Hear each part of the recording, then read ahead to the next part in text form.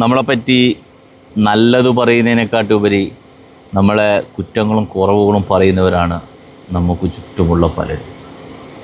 നമ്മൾ എന്താണെന്നോ നമ്മളെങ്ങനെയുള്ളവരാണെന്നോ അവർക്കറിയില്ല. അവർ നമ്മളെ മനസ്സിലാക്കില്ല. എന്നിട്ട് അവർ നമ്മളെ ജഡ്ജ് ചെയ്യുക, അല്ലേ? ആരുടെയും അപ്രീസിയേഷന് വേണ്ടിയിട്ടൊന്നും നമ്മൾ ജീവിക്കരുത്.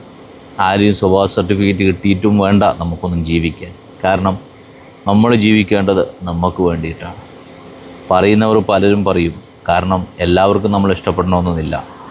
നമ്മളിഷ്ടപ്പെടാത്തവരും ഈ ലോകത്ത് നമുക്ക് ചുറ്റുപറ്റിയിട്ട് തന്നെ ഉണ്ട്.